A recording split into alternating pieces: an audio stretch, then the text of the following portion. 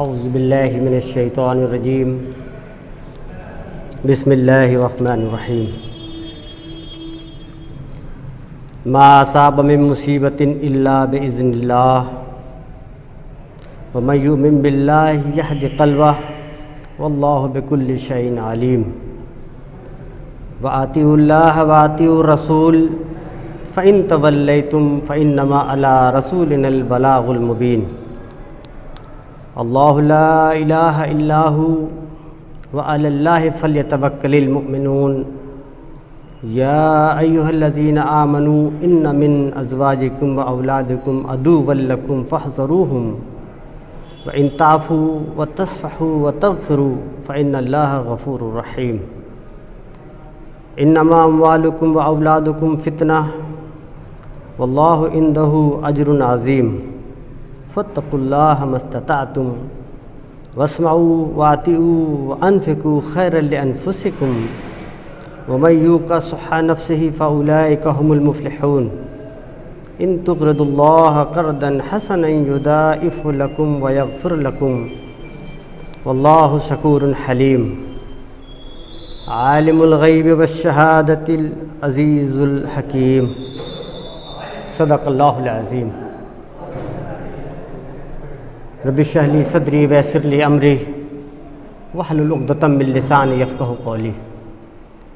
اللہم ارنا الحق حقا وارزقنا اتباعہ وارنا الباطل باطلا وارزقنا اجتنابہ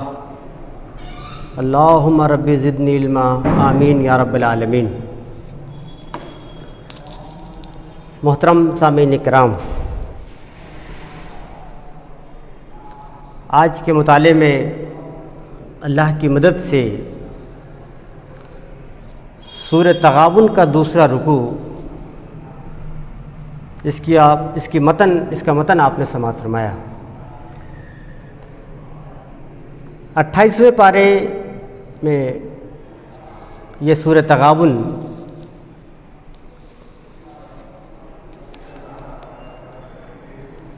مسلمانوں سے مخاطب ہو کر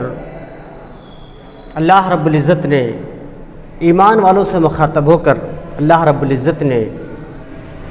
ان کے لیے کچھ ہدایت اور کچھ گائیڈ لائن جاری کی ہیں۔ جیسا کہ آپ کے علم میں ہے کہ سورہ تغابن 2 رکوع پر مشتمل یہ پوری صورت ہے۔ پہلے رکوع میں اللہ رب العزت نے ایمان لانے کے لیے بہت ہی سخت انداز میں، ایک بہت ہی پرزور انداز میں دعوت دی ہے کہ فآمنوا باللہ ورسولہ، کہ ایمان لاؤ اللہ پر اور اس کے رسول پر۔ اس انداز میں پہلے رکوع میں کہا گیا، اور پھر دوسرے رکوع میں وہ لوگ جو ایمان لائے ہیں ان کے لیے کچھ گائیڈ لائن جاری کی اللہ رب العزت نے کہ ایمان لانے کے بعد اب تمہیں ایسے ہی نہیں رہ جانا ہے جیسے پہلے تھے، یا پہلے جو کر رہے تھے وہ اب نہیں کرنا ہے، بلکہ تمہاری زندگی میں کچھ تغیر، کچھ تبدیلی، کچھ چینج واقع ہونا چاہیے۔ اس اعتبار سے اللہ رب العالمین نے یہ جو سورہ تغابن کا جو دوسرا رکوع ہے جس کا ہم اور آپ مطالعہ کر رہے ہیں، اس میں ایک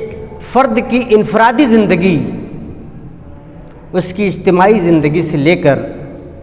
اور اس پر اس کے کیا ایمان لانے کے کیا تقاضے ہیں،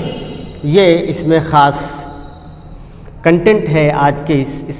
صورت کے مطالعے میں، ان آیات کے مطالعے میں۔ میں توجہ چاہوں گا کہ آپ حضرات اس پر، ان آیات پر توجہ دیں، اور درس قرآن کے سلسلے میں ایک بات ہمارا اپنا جو ماننا ہے اور جو میں کہتا رہتا ہوں اکثر، کہ قرآن مجید کا درس جب بھی کوئی مدرس دیتا ہے تو اس کا مطلب ایک یہ ہوتا ہے کہ وہ ان آیات سے آپ کو کنیکٹ کرنے کی کوشش کرتا ہے، جوڑنے کی کوشش کرتا ہے۔ قرآن مجید کی ان آیات کا حق ادا کرنا یہ ایک ناممکن سی بات ہے۔ تو میری بھی یہی کوشش ہوگی کہ ان آیات سے ہم آپ کو کچھ جوڑنے کی کوشش کریں گے، کہ ان آیات سے ہم جڑیں اور ذہن میں کچھ سوالات پیدا کریں، اور اپنے ذہن میں ان آیات کے متعلق اپنا احتساب کریں ان آیات کی روشنی میں کہ ہم کہاں پر اسٹینڈ کر رہے ہیں۔ دوسرے رکوع کا ترجمہ اس طرح سے ہے، اللہ رب العزت نے ارشاد فرمایا کہ کوئی مصیبت نہیں آتی مگر اللہ کے اذن سے آتی ہے۔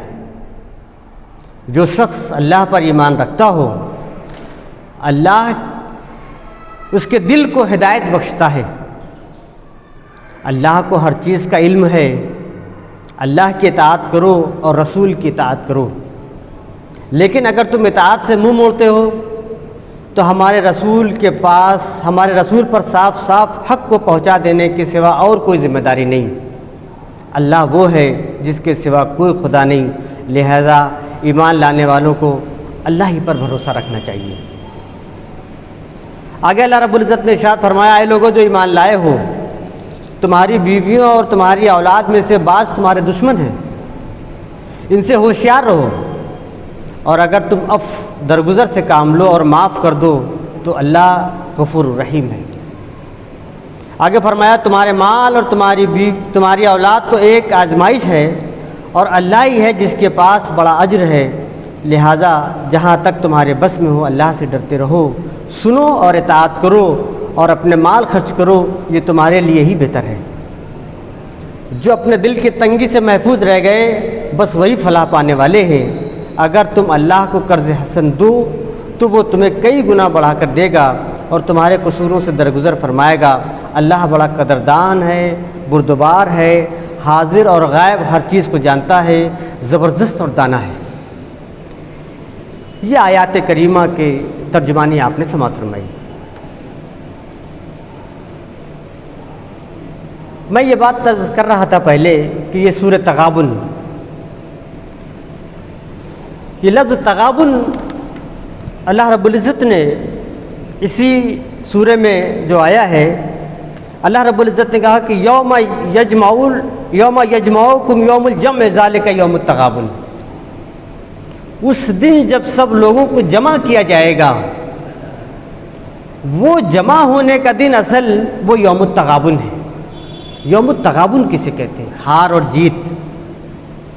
اب اندازہ کیجئے کہ دنیا کی جو کشمکش ہے ہماری سب و روز کی، ہر دن جو چل رہی ہے، ہر دن ہماری کشمکش جو ہے ایک نئے مرحلے میں داخل ہوتی ہے۔ ہر دن ہم کچھ ہارتے ہیں اور ہر دن کچھ جیتتے ہیں، لیکن یہ دنیا میں ہارنے کے بعد جیت کے چانس ہے پھر سے کہ آدمی پھر سے ٹرائی کرے گا، پھر سے کوشش کرے گا تو وہ جیت جائے گا۔ لیکن وہ دن جو ہار اور جیت کا اصل دن ہوگا، جس دن کے بارے میں اللہ رب العزت نے کہا کہ وہ جمع ہونے کا دن ہے اور وہ اصل ہار جیت کا دن ہے، اس کے بعد آپ کے پاس میں کوئی موقع نہیں ہوگا کہ آپ اپنی غلطیاں سدھار کر کے پھر سے جیتنے کے کوئی امکانات پیدا کریں۔ تو اصل جو فکر ہے ہماری، وہ اس بات پر ہمیں توجہ اپنی مرکوز کرنی چاہیے کہ جب ہم اللہ کے حضور پہنچتے ہیں ایمان لانے کے بعد، ایک ایمان والے کا یہی تو اصل اس کا سرمایہ ہوتا ہے اور اس کی اصل یہی تو فکر ہوتی ہے کہ جب وہ اپنے رب کے پاس جائے تو اللہ تعالیٰ اس کی خطاؤں کو درگزر کر دے، اسے معاف کر دے اور اس سے اعلیٰ مقام جنت عطا فرمائے۔ لیکن خدا نخواستہ ثم خدا نخواستہ ہم اس حالت میں اللہ کے حضور پہنچے کہ معافی کے کوئی گنجائش نہیں وہاں پر، تو پھر اب ہمارے پاس کوئی دوسرا موقع نہیں ہوگا کہ ہم پھر سے اچھے عمل کر کے اللہ کے حضور معافی تلافی کا ذریعہ بنا سکیں۔ تو یہ بات ہمارے لیے بہت ہی توجہ طلب ہے اور ہر وقت ہمارے پیش نظر رہنی چاہیے کہ ہم جو کچھ بھی عمل کر رہے ہیں یا جو ہماری جو بھی صحیح ہے، جو بھی جہد ہے، جو بھی کوشش ہے، اللہ تعالیٰ کے ہاں اس کا کیا مقام مل رہا ہے اس کو، اور کل مرنے کے بعد یہ ہمارے لیے ایک سرمایہ کی شکل بنے گا یا ہمارے لیے ایک وبال جان بنے گا۔ یہ پیش نظر ہمیں ہر وقت ہر آن رہنی چاہیے۔ یہ تو میں نے سورت کے پہلے رکوع کے تعلق سے آپ کے سامنے بات رکھی۔ دوسرے رکوع میں جیسے میں نے ایک بات کہی آپ سے کہ اس میں اہل ایمان کو مخاطب کیا گیا ہے اور ایمان لانے کے بعد انہیں کچھ گائیڈ لائن جاری کی گئی ہے کہ جیسا پہلے تھے ویسے ہی اب نہیں رہنا ہے، تم کو تمہارے اندر کچھ تغیر، کچھ سوچ، کچھ تبدیلی واقع ہوتی ہے، اور یہ تبدیلی انفرادی طور پر بھی ہوتی ہے، اجتماعی طور پر بھی ہوتی ہے، اور یہ کہ صرف جو ایمان لانے کے تقاضے ہیں انہیں پورا کرنا ہے. یہ اس صورت کے اس رکوع کا یہ کنٹینٹ ہے. میں نے اپنے طور پر سمجھ پایا ہوں وہ میں نے آپ کو یکجا کر کے میں نے آپ کے سامنے پہلے رکھا. پہلی آیت میں اللہ رب العزت نے کہا کہ ما اصاب من مصیبت الا باذن اللہ. کوئی مصیبت کبھی نہیں آتی مگر آتی ہے تو اللہ کے اذن سے آتی ہے. دراصل یہ انسان پر خارج سے پڑنے والے حالات ہیں. انسان اچھا بھلا ہے, اس پر کوئی تکلیف باہر سے آ گئی. مثلاً ابھی 2 دن پہلے ہم یہ دیکھ رہے تھے کہ پیپر میں آیا کہ اسم میں سیلاب آیا اور تقریباً 8 لاکھ لوگ وہ بے گھر ہو گئے اور بہت ساری جانیں چلی گئیں. اس میں ایسے بہت ساری چیزیں ہوتی ہیں کہ انسان اچھا بھلا ہے سب کچھ, لیکن وہ ایک مصیبت میں گرفتار ہو گیا. جب یہ حالات انسان پر خارج سے جب اس کے اوپر وارد ہوتے ہیں تو ایک بندہ مومن کا کیا رویہ ہونا چاہیے, کیا طرز عمل ہونا چاہیے, یہ اس میں یہاں پر اللہ رب العزت نے کہا ہے. اسی بات کو اللہ رب العزت نے سورہ حدید میں بہت ہی کھول کے اور واضح انداز میں کہا کہ ما اصاب من مصیبت فی الارض ولا فی انفسکم الا فی کتاب من قبل ان نبرہا. کوئی مصیبت اس زمین پر یا تمہارے اپنے نفس میں نہیں آتی کہ اس کے پہلے کہ اللہ نے اس کو ایک کتاب میں پہلے سے لکھ نہ رکھا ہو. اور اگر کوئی شخص یہ کہے کہ یہ کیسے ممکن ہے کہ ابھی کسی پر کوئی مصیبت نہیں آئی, تو یہ کیسے اللہ کے ہاں درج ہے یہ, یا اس کا کوئی غلط مفہوم نکالے, تو اللہ رب العزت نے کہا کہ ان ذالک علی اللہ یسیر. ایسا کرنا اللہ کے لیے بہت آسان کام ہے, کوئی مشکل کام نہیں ہے. یہ اللہ اپنے علم کی بنیاد پر وہ سب ساری چیزیں اس نے پہلے سے لکھ رکھی ہیں.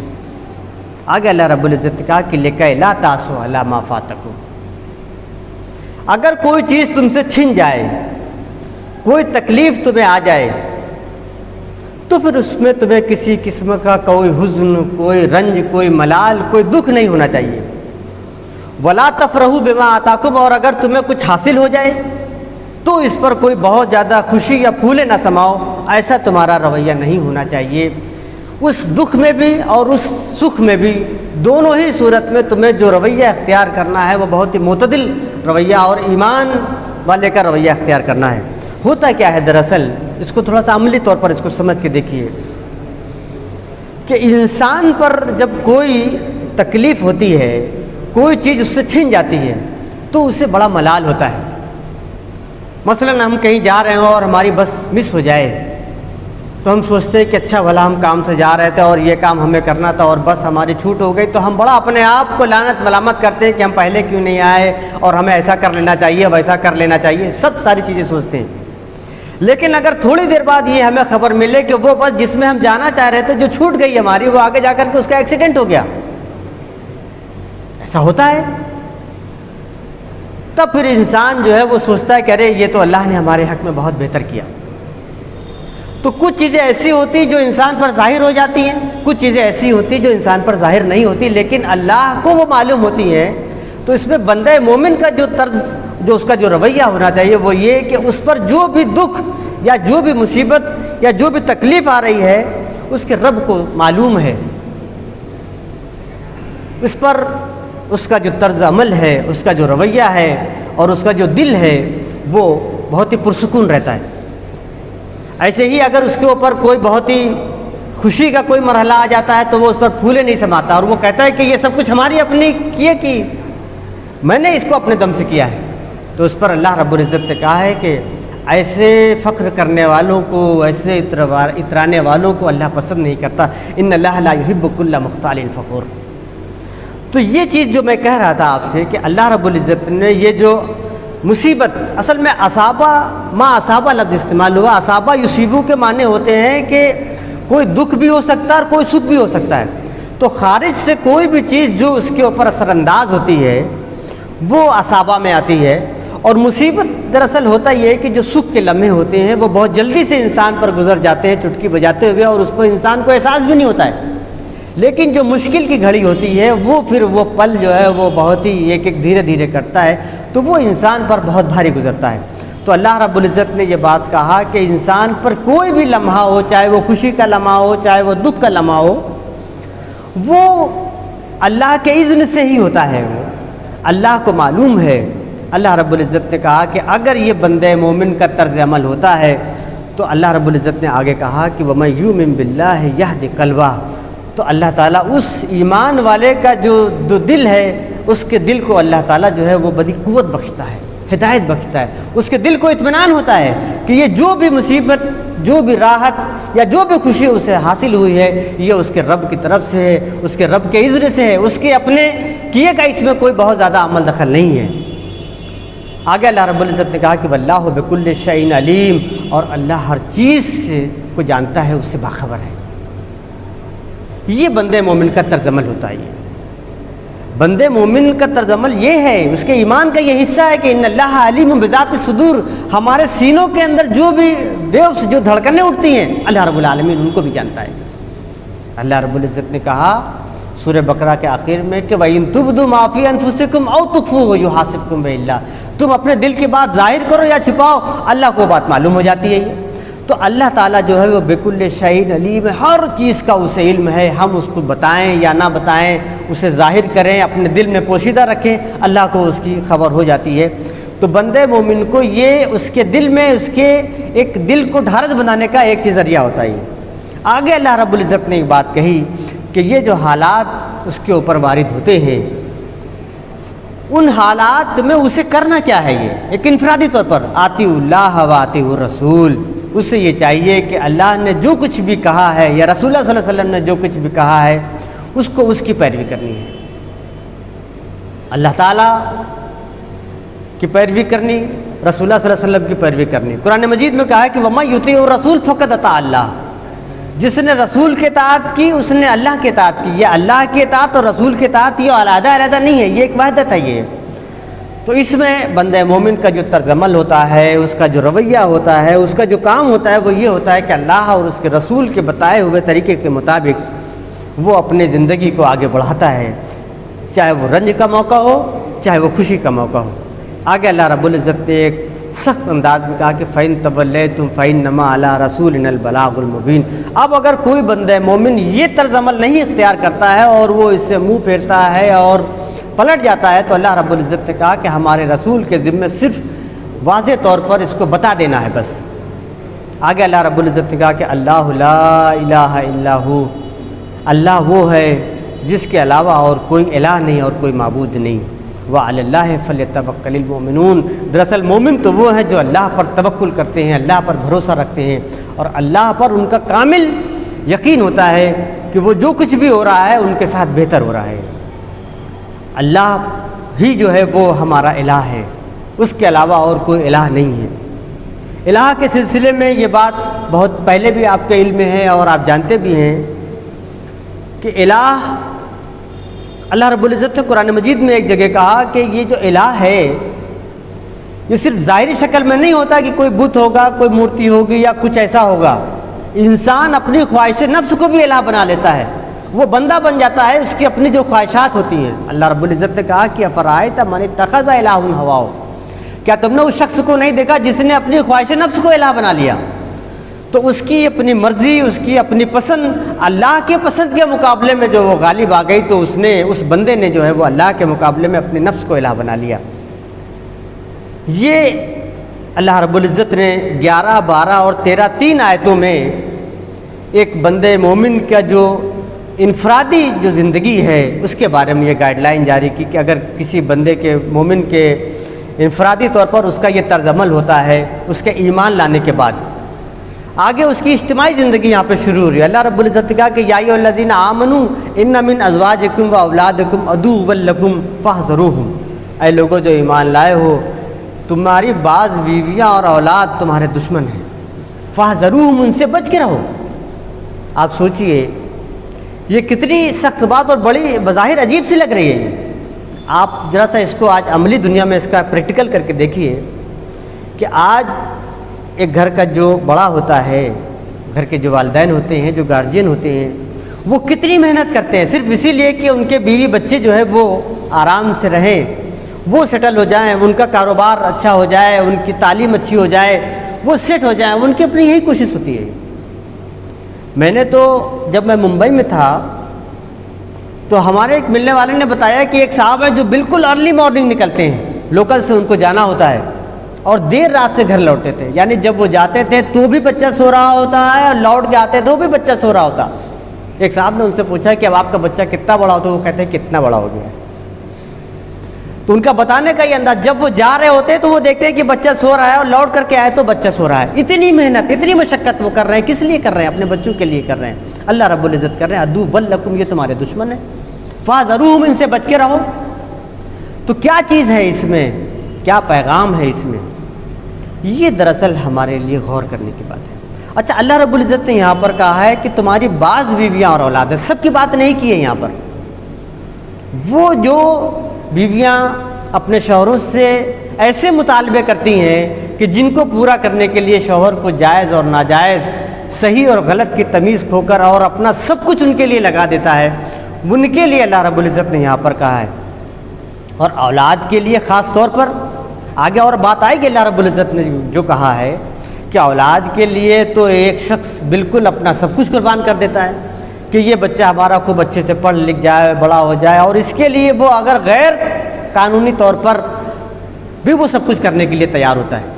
تو اللہ رب العزت نے کہا کہ اگر ایسا کوئی مطالبہ ہوتا ہے تمہارے گھر والوں کا تو پھر وہ تمہارے دشمن ہیں، وہ تمہارے دوست نہیں ہیں، ان سے تمہیں بچ کے رہنا ہے۔ یہاں پر خاص طور پر بیویوں کا اور اولاد کا ذکر کیا اللہ رب العزت نے۔ انسان کی اجتماعی زندگی میں اس کے اپنے بہت سارے رشتہ دار بھی ہوتے ہیں اور بہت سارے ملنے والے بھی ہوتے ہیں، عزیز و قربا ہوتے ہیں، لیکن یہ جو رشتہ ہے یہ بڑا قریبی رشتہ ہوتا ہے۔ اللہ رب العزت نے اسی لیے خاص طور پر ان دو رشتوں کا ذکر کیا ہے یہاں پر، اور ان دو رشتوں کا ذکر کرنے کے بعد میں یہ بات کہا ہے کہ اگر ان کی طرف سے ایسے کوئی مطالبے ہوں جن کو پورا کرنے کے لیے آپ اپنا سب کچھ اور ایون یہ کہ آپ اپنا ایمان بھی لگا دیتے ہیں تو پھر وہ تمہارے دشمن ہیں، تمہیں ان سے بچ کے رہنا ہے۔ آگے دیکھیے اسی آیت میں اللہ رب العزت نے ایک بات اور کہی، وَإِن تَعْفُوا وَتَصْفَحُوا وَتَغْفِرُوا فَإِنَّ اللَّهَ غَفُورٌ رَحِيمٌ۔ یہاں پر کہا کہ یہ تمہاری بیویاں اور یہ تمہارے اولاد جو ہے وہ تمہارے دشمن ہیں، تم ان سے بچ کے رہو۔ آگے کہا کہ اگر تم انہیں معاف کر دو، تعفو، عفو سے کام لو، وتصفحوا، درگزر کر دو، وتغفروا، اور انہیں بخش دو، تو فإن اللہ غفور الرحیم، تو اللہ بھی تو ہے غفور الرحیم۔ اللہ رب العزت نے بڑا بیلنس جو اپنا قانون بنایا ہے اس میں، ایک ہی آیت میں دیکھیے، یہ قرآن مجید کا صرف اعجاز ہے۔ یہ ایک طرف اللہ رب العزت نے آیت کے ایک ٹکڑے میں کہا کہ یہ تمہارے دشمن ہیں، ان سے بچ کے رہو، لیکن اللہ رب العزت نے کہا کہ اگر ایسا کوئی معاملہ ہو گیا ہے اب تمہارے ساتھ تو پھر اب انہیں درگزر کرو، انہیں معاف کرو، انہیں بخش دو،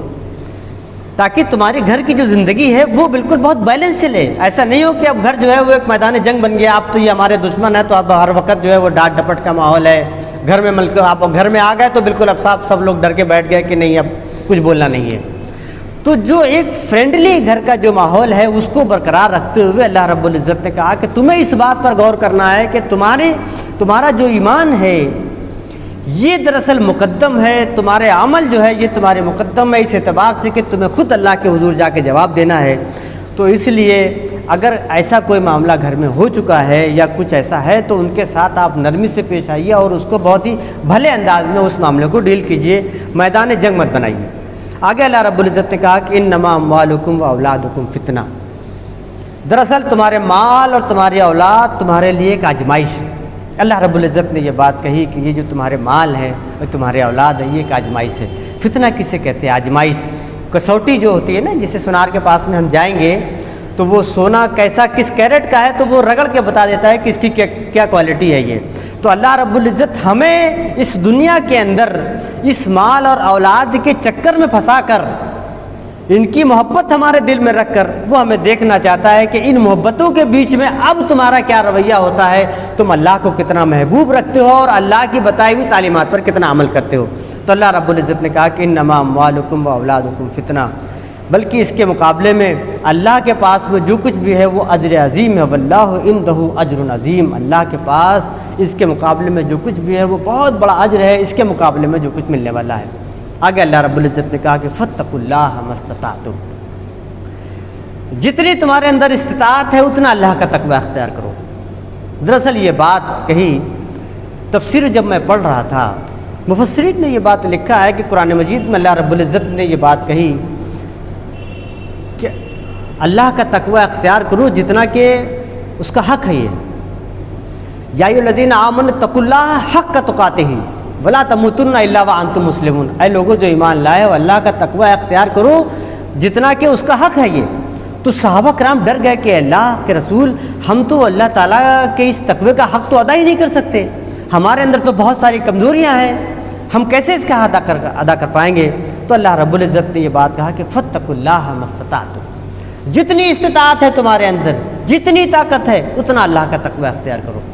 لیکن اب اس کا مطلب یہ نہیں کہ اب ہم اس آیت سے یہ مطلب لے لیں کہ نہیں اب ہم تو ہمارے اندر کوئی طاقت ہی نہیں ہے، ہم زیادہ کچھ کام ہی نہیں کر پائیں گے۔ اللہ کے دین کی سربلندی کے لیے، اس کی راہ میں جد و جہد کرنے کے لیے، اللہ کے اس پیغام کو سمجھنے کے لیے ہم تو بالکل بے صلاحیت آدمی ہیں اور ہمارے اندر کوئی استطاعت نہیں ہے۔ اللہ رب العزت نے یہ بات کہا ضرور ہے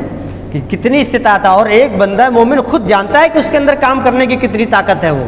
تو ایک شخص کو، ایمان والے کو، اس میں جتنی بھی طاقت ہے اپنی پوری طاقت لگانی چاہیے۔ اتنا کر لیا اور کرو، اور کر سکتے ہو اور کرو، اور کر سکتے ہو اور کرو۔ یہ اللہ تعالیٰ کو معلوم ہے کہ ایک بندے کے اندر کتنی استطاعت ہے اور کتنا وہ کر سکتا تھا اور کتنا اس نے کیا۔ یہ کل اللہ کے حضور جب ہم جائیں گے تو اللہ تعالیٰ یہ بتا دے گا کہ نہیں تمہارے اندر کتنی استطاعت تھی اور تم کتنا یہ کام کر کے آئے ہو۔ دراصل اس کو ایک مثال کے ذریعے سے مفسرین نے سمجھایا کہ ایک شخص ہے امتحان میں 100 میں سے 70 نمبر لاتا ہے، اور ایک شخص ہے جو امتحان میں سے 50 نمبر لاتا ہے۔ بظاہر وہ دنیا میں زیادہ نمبر لایا ہے اور وہ زیادہ کامیاب ہے، اس نے زیادہ محنت کی، لیکن مفسرین یہ بات کہتے ہیں کہ ایک شخص کے اندر اتنی صلاحیت تھی کہ وہ 50 سے زیادہ لا ہی نہیں سکتا،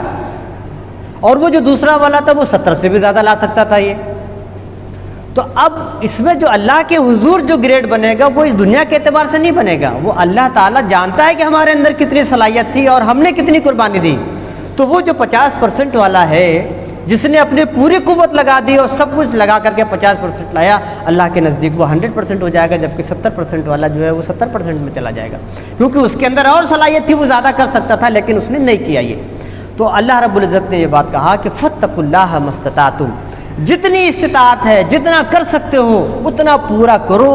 اللہ تعالیٰ سے بس تم سے اتنا ہی مطلوب ہے، اور جو کچھ ہم کر سکتے ہیں وہ ہمیں کرنا چاہیے۔ کرنا کیا ہے؟ واسمعوا واطیعوا، سنو اور اطاعت کرو۔ دراصل قرآن مجید کی یہ بڑی عظیم اصطلاح ہے۔ یہ ہوتا یہ ہے کہ آج ہم سننے کو تیار نہیں ہیں، اطاعت تو اس کے دوسرے مرحلے کا ہے۔ سمعنا واطعنا، قرآن مجید میں اللہ رب العزت نے سورہ بقرہ میں آخر میں کہا کہ سمعنا واطعنا، وہ صحابہ نے کہا کہ ہم نے سنا اور مان لیا بس۔ ہمارا بھی یہی طرز عمل ہونا چاہیے کہ ہم پوری ایفرٹس، اپنی پوری قوت لگائیں اور سنیں اور اطاعت کریں۔ وَأَنفِقُوا خَيْرًا لِأَنفُسِكُمْ، اور خرچ کریں جو کچھ بھی ہے ہمارے پاس، لِأَنفُسِكُمْ، اپنے فائدے کے لیے۔ اللہ رب العزت نے کہا یہاں پر وَأَنفِقُوا، اور خرچ کرو جو کچھ بھی ہے تمہارے پاس، لِأَنفُسِكُمْ، اپنے فائدے کے لیے، اپنے لیے خرچ کرو۔ یہاں پر جو لفظ ہے، جو میں پہلے بھی یہ بات کہتا رہا ہوں اور آج پھر یہ بات کہہ رہا ہوں، جب انفاق کا لفظ آتا ہے تو ہم سمجھتے ہیں کہ اللہ کی راہ میں پیسے خرچ کرنے کی بات ہو رہی ہے۔ یقیناً یہ پیسے خرچ کرنے کی بات ہے اور ہمارے یہاں اسی ٹرمنالوجی میں استعمال ہوا ہے، لیکن انفاق جو ہوتا ہے، انسان کو اللہ نے جو بھی صلاحیت دی ہے، بولنے کی صلاحیت دی ہے، لکھنے کی صلاحیت دی ہے، اور بھی کوئی کام کر سکتا ہے، وہ جو بھی صلاحیت ہے اس کے اندر وہ ان صلاحیتوں کو بروئے کار لاتے ہوئے اور اس کو اللہ کی راہ میں لگاتا ہے اخلاص کے ساتھ، تو وہ یہ اس کا انفاق ہوگا، کیونکہ جو کچھ بھی ہے اس کے پاس وہی اللہ کے حضور وہ خرچ کرے گا۔ انفاق کے اندر یہ بات آج خاص طور پر گرہ سے باندھ لیجئے کہ ہمارے پاس بھی جو کچھ بھی، اگر پیسہ ہے پیسہ خرچ کریں، ہم کسی کو بتا کر کے کوئی بات بتا سکتے ہیں وہ خرچ کریں، نہیں بتا سکتے کسی تک کوئی کتاب پہنچا سکتے ہیں، کسی کو پروگرام میں لا سکتے ہیں، کچھ بھی کر سکتے ہیں، کچھ تو کر سکتے ہیں نا۔ تو جو بھی صلاحیت ہے ان صلاحیتوں کو بروئے کار لانا، یہ سب کچھ انفاق کے اندر آتا ہے۔ تو اللہ رب العزت نے کہا کہ وَأَنفِقُوا خَيْرًا لِأَنفُسِكُمْ، اور یہ جو انفاق کرنا ہے، یہ جو خرچ کرنا ہے، اللہ رب العزت نے کہا کہ اس کا ڈائریکٹ فائدہ تمہارے اپنے لیے ہے، کسی اور کے لیے نہیں۔ کسی پر اگر ہم کچھ کام کر دیا تو ہم اس کے اوپر احسان کر رہے ہیں، یا کسی کی ہم نے کوئی مدد کر دی، کچھ پہنچا دیا تو ہم نے اس پر احسان کیا، کوئی نہیں۔ اللہ رب العزت نے کہا کہ انفاق کرو اپنے فائدے کے لیے، اپنے آپ کے لیے۔ آگے اللہ رب العزت نے کہا کہ وَمَن یُوقَ شُحَّ نَفْسِهِ، اور جو جی کے لالچ سے بچا لیا گیا فاولئک هم المفلحون، وہ کامیاب ہو گیا۔ یہ جی کا لالچ کیا ہے؟ میں آپ کو ایک بات بتا دوں، حدیث میں ایک بات آتی ہے، تاریخ میں کہیں سن رہا تھا یا پڑھ رہا تھا، ایک صاحب تھے کعبۃ اللہ کا طواف کرتے جا رہے ہیں اور بس یہی دعا مانگنا، اے اللہ ہمیں جی کے لالچ سے بچا لے، اے اللہ ہمیں جی کے لالچ سے بچا لے۔ تو ایک صاحب نے ان سے کہا کہ آپ خالی یہی کچھ کہہ رہے ہیں اور کیوں نہیں کچھ مانگتے اللہ تعالیٰ سے؟ انہوں نے کہا کہ تم نے پڑھا نہیں قرآن مجید میں اللہ رب العزت نے کہ وَمَن یُوقَ شُحَّ نَفْسِهِ فَأُولَٰئِکَ هُمُ الْمُفْلِحُونَ، جو جی کے لالچ سے بچا لیا گیا وہ کامیاب ہو گیا۔ تو یہ جو جی کا لالچ ہے، یہ دراصل یہ انسان کا جو اپنی اپنی خواہشات ہیں، یہ خواہشات نہ تو کبھی پوری ہوتی ہیں اور نہ اس کے کبھی اس دنیا کے اندر پورے ہونے کے امکان ہیں۔ یہ لالچ آج جتنا بھی آ جاتا ہے یہ اور بڑھتی جاتی ہے اور بڑھتی جاتی ہے یہ، اور یہ کبھی ختم نہیں ہوتی۔ تو انسان کو اللہ رب العزت نے یہاں پر یہ بات کہی کہ انسان جو ہے وہ جی کے لالچ سے اگر اپنے آپ کو بچا لے تو وہ پھر وہ کامیاب ہو جائے گا۔ آگے اللہ رب العزت نے کہا کہ ان تقرضوا اللہ قرضا حسنا، اب اللہ کی راہ میں اللہ کو کوئی قرض حسنہ دے، اللہ رب العزت نے کہا یضاعف لکم، ہم اس کو دگنا کر دیں گے۔ اب اگر کوئی اللہ کی راہ میں، دیکھیے ہمارے پاس میں جو کچھ بھی ہے اللہ کا دیا ہوا مال اور دولت، یہ میرا اپنا ہے نہیں، یہ اللہ کا عطا کردہ ہے۔ اللہ رب العزت نے اپنے اس دیے ہوئے مال میں بات کہہ رہا ہے کہ اگر تم اللہ کی راہ میں اگر تم اس کو خرچ کرو گے، کسی غریب کی مدد کرو گے،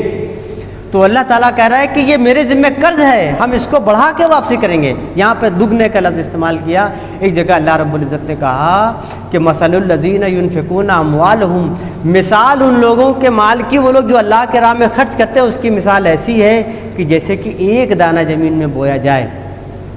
اور اس سے 7 بالیاں نکلیں اور ہر بالی میں 100 دانے ہوں، یعنی 700 گنا تک اللہ رب العزت نے کہا ہے کہ تمہارے، یعنی ایک دانے سے وہ 700 گنا دانہ جو ہوتا ہے۔ تو ایسے ہی مثال اللہ رب العالمین کے اللہ کے راہ میں مال خرچ کرنے کی ہے، جس کو اللہ رب العزت نے اپنے اوپر قرض کہا ہے کہ یہ ہمارے ذمہ قرض ہے۔ یہ تو اگر ہم اللہ کی راہ میں قرض دیتے ہیں لوگوں، ہم اللہ کی راہ میں کسی کی مدد کرتے ہیں، تو اللہ تعالیٰ اس کو اپنے ذمہ اس کو قرض مانتا ہے۔ یہ واقعہ یہ ہے کہ جن حالات میں بھی ہم لوگ چل رہے ہیں،